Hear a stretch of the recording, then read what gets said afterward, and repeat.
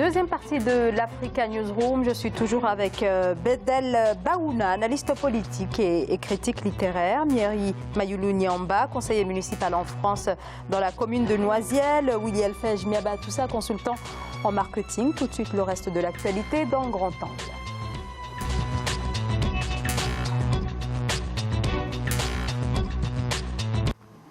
Les célébrations du 20 mai au Cameroun. Le 20 mai, c'est bien sûr la fête de l'unité. Grande effervescence ce lundi dans les rues de la capitale. Une célébration de cet événement marquée toutefois par le boycott des festivités par l'opposition et des protestataires anglophones qui militent pour la partition du pays. Les cérémonies, elles, ont débuté vers 11h heure locale à Yaoundé sous la direction du chef de l'État Paul Biya avec la traditionnelle parade militaire. Reportage sur place, Viviane Baoken. Les parades civiles et militaires marquant la célébration de la fête de l'unité nationale du Cameroun se sont déroulées sur le boulevard du 20 mai à Yaoundé en présence du président Paul Biya. Cette traditionnelle cérémonie de communion entre l'armée et la nation a été rehaussée cette année par la prestation des différentes unités spéciales de l'armée camerounaise. Il faut dire, et ça reste une innovation permanente, que la fête nationale du Cameroun, on observe lors de sa célébration un double défilé. Un défilé militaire et un défilé civil. Ce défilé militaire et civil, à eux seuls, manifeste la symbiose qu'il y a entre, d'une part, les forces armées et de sécurité camerounaises et la population camerounaise. D'où les notions qui ont gouverné la thématique de cette année, les notions d'unité dans la diversité. L'édition 2019 de la fête de l'unité nationale a connu la participation d'un contingent paracommando de l'armée congolaise, invité spécial du chef de l'État. Le thème unité dans la diversité qui encadrait les festivités a été fortement représenté par l'harmonie de la parade qui manifestait son soutien aux forces de défense camerounaises. L'unité nationale, ce n'est pas l'unité des partis politiques.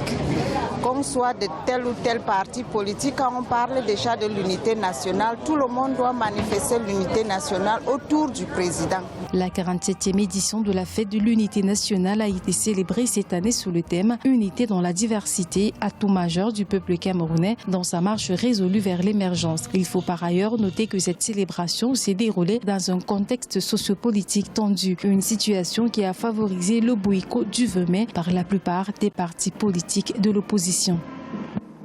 Alors, un contexte effectivement critique qui entoure cette fête de l'unité en raison notamment, on le sait, de la crise dans les régions anglophones du pays. Alors, crise qui est l'un, bien sûr, des grands défis du nouveau mandat du président Paul Biya, une résolution de la crise anglophone qui s'avère capitale à l'heure où ce conflit est véritablement dans l'impasse et où les anglophones menacent d'une partition du pays. Mieri Mayulu. Tout à fait. C'est une crise quand même qui dure depuis 3 ans. Depuis 2016, donc cette crise est là. L'armée camerounaise s'est illustrée par une certaine violence dans ces régions-là. Il y a des vidéos qui ont circulé, il y a certains faits qui ont été établis. Aujourd'hui, la situation n'est pas réglée. Les indépendantistes ou les séparatistes de l'Ouest, aujourd'hui, combattent l'armée du Cameroun, donc ils sont armés. Sauf que c'est une région qui est délicate, adossée au Nigeria. Et on sait qu'au Nigeria, on a Boko Haram. On sait qu'au Nigeria, on a également des séparatistes. Et on peut rajouter, à côté, dans le Centrafrique, où il y a des mercenaires qui circulent. Donc, d'un point de vue géostratégique, cette crise qui perdure dans le temps devient dangereuse. Aussi bien pour le Cameroun, mais pour les voisins du Cameroun. Donc, il faut, à un moment donné, que...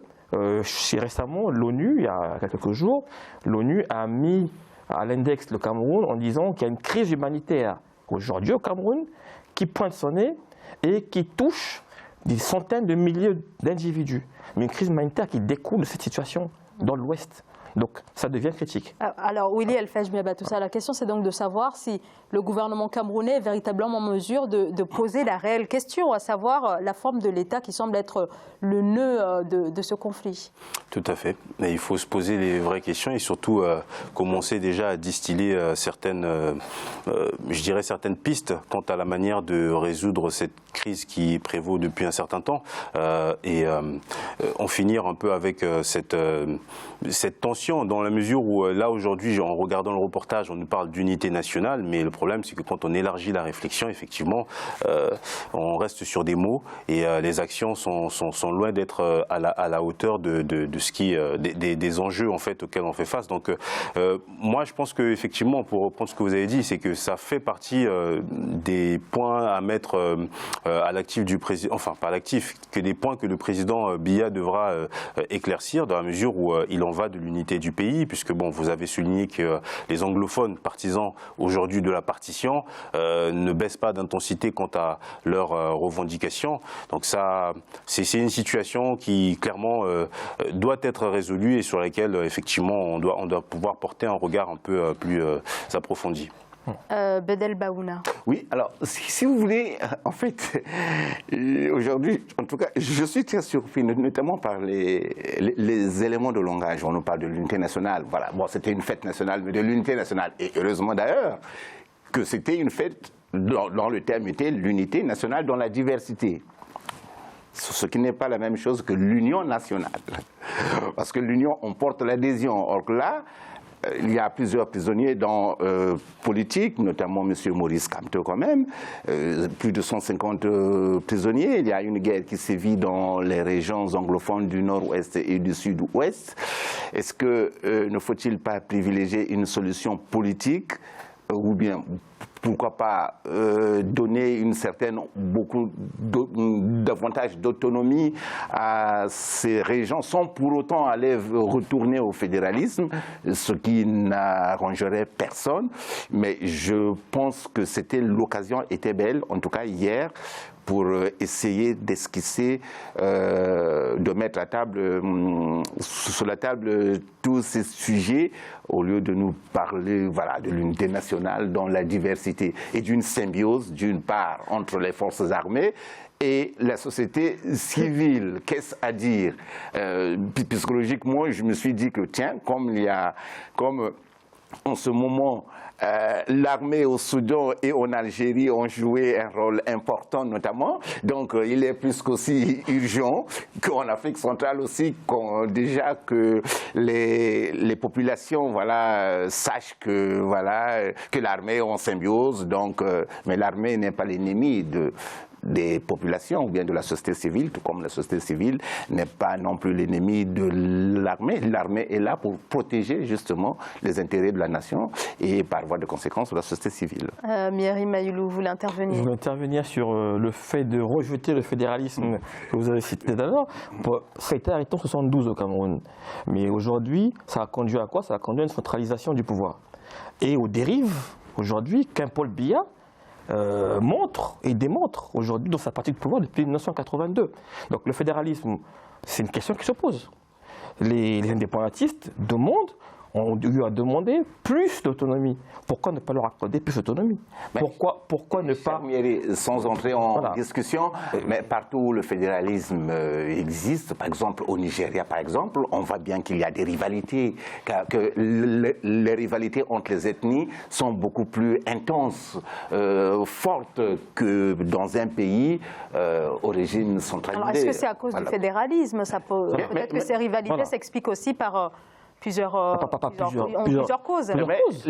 Les rivalités entre ethnies, par exemple, ont toujours existé, même au Congo-Brazzaville, au Gabon, au Sénégal, je ne sais pas où. Mais dans un pays fédéral, ces rivalités se décuplent, en fait, parce que les uns et les autres se disent que nous avons notre autonomie, nous avons nos députés, nous avons notre assemblée, nous avons nos institutions, donc nous ne pouvons pas dépendre de telle ou telle autre région. Or, dans un État centralisé, c'est parce qu'en Afrique centrale, il y a un problème seulement de régime politique. Ce sont des dictateurs. Voilà. En Afrique centrale, ce sont des roitelets qui ne veulent pas céder une parcelle de leur pouvoir. Donc, du coup, ça aboutit à quoi? Ça aboutit à des velléités d'indépendance ou bien à des crises. Justement, donc, je pense que... Mais je ne pense pas que le fédéralisme soit la solution... pas à la crise, ce n'est pas une crise dès l'instant où il y a une partie de la population qui a pris les armes contre les institutions de la République, on ne peut plus parler de crise. On parle tout simplement de guerre civile. Il y a une guerre. Je pense que c'est une question qui doit se poser. Dans le contexte camerounais aujourd'hui, c'est une question qui doit être posée. Parce qu'il y a effectivement cette situation. le problème de la séparation du Cameroun se pose. C'est une question qu'on ne peut pas l'éluder. On peut pas l'éluder. L'étudier, voilà. Mais est-ce qu'aujourd'hui, le fédéralisme apparaît-il comme la solution au chaos qu'est en train de vivre la partie anglophone? Je ne pense pas. Willy Elfej Miabatou, ça. Alors finalement, on a d'un côté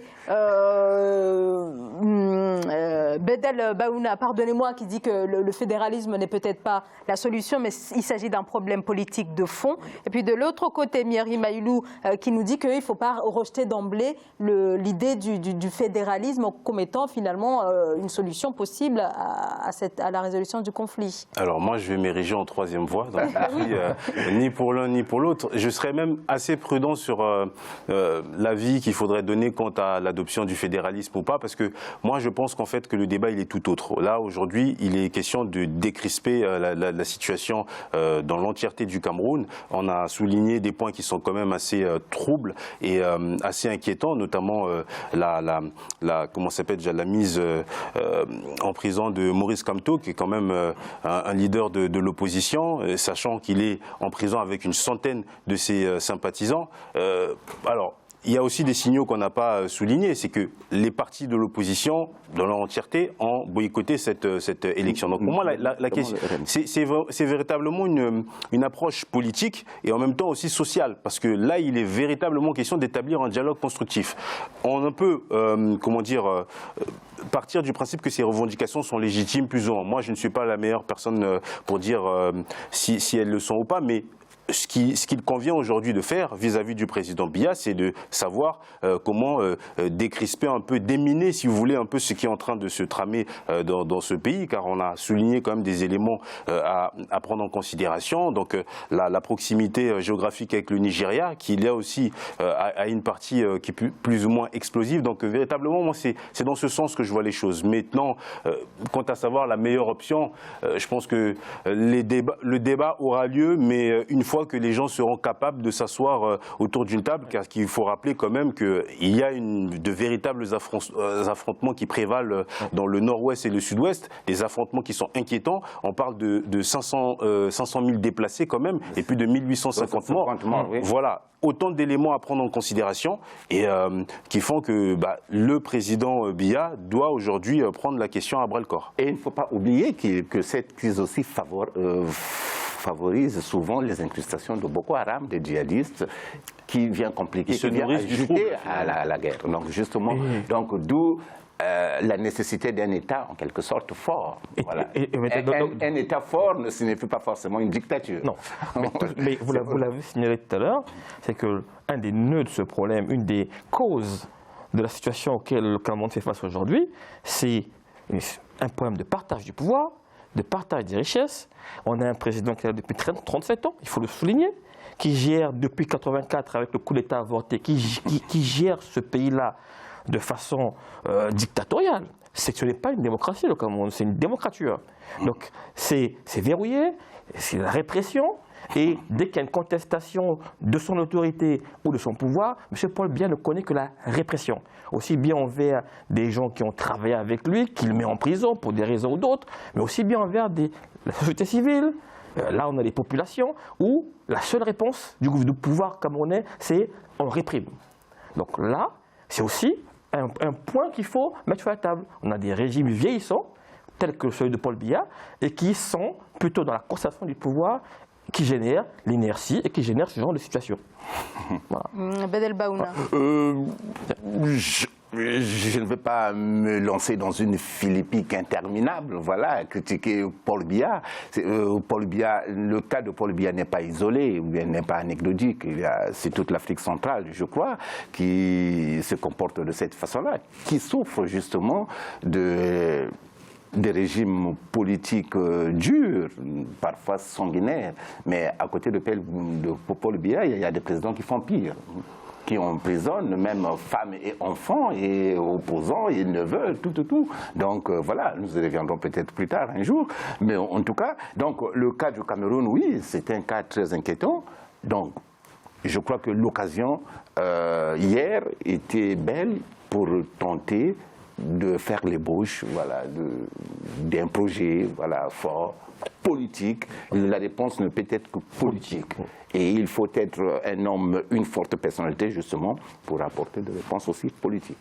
Eh bien, merci beaucoup pour ce décryptage de cette fête de l'unité camerounaise célébrée donc ce 20 mai. On marque une très courte pause, on se retrouve dans quelques instants et on reste en Afrique centrale. Nous parlerons tout à l'heure de l'appui financier de la BAD à la République du Congo. À tout de suite.